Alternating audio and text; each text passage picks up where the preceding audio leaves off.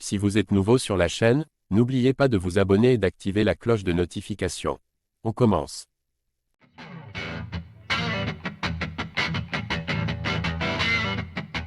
Après quasiment 3 ans d'absence, Francis Ngannou va retrouver le sport qui a fait de lui une superstar planétaire.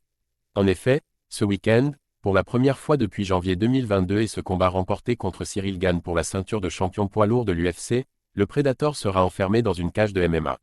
L'attente est insoutenable, d'autant plus que la dernière fois que les fans l'ont vu en action, face à Anthony Joshua en boxe anglaise, il a pris un KO terrifiant dont certains ne se remettent jamais.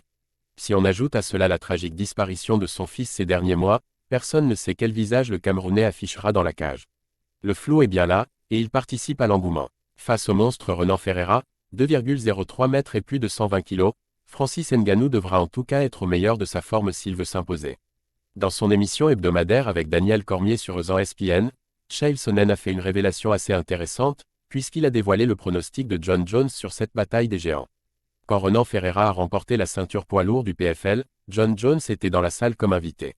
Francis Ngannou était là aussi et ils ont fait leur fameux face-à-face. J'ai donc demandé à Jon ce qu'il pensait du combat entre Ngannou et Ferreira. Vous n'allez pas croire ce qu'il m'a répondu. Il m'a dit que Ferreira allait battre Francis, qu'il allait le mettre KO ou le soumettre, et le tout en moins de 2 rounds.